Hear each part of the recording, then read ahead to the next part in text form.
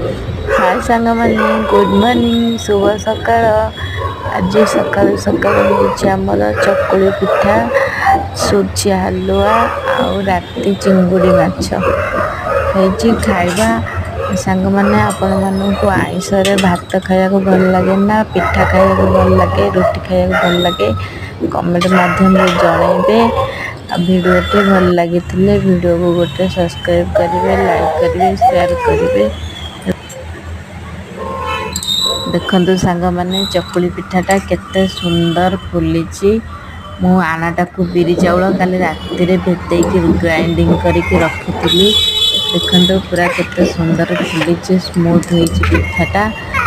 पिठा खाया पई केते जण सांग माने मोर भल पांती कमेंट माध्यम रे जणेबे। चकुली पिठा मोर बहुत पसंद। रहिली नमस्कार जय जगन्नाथ।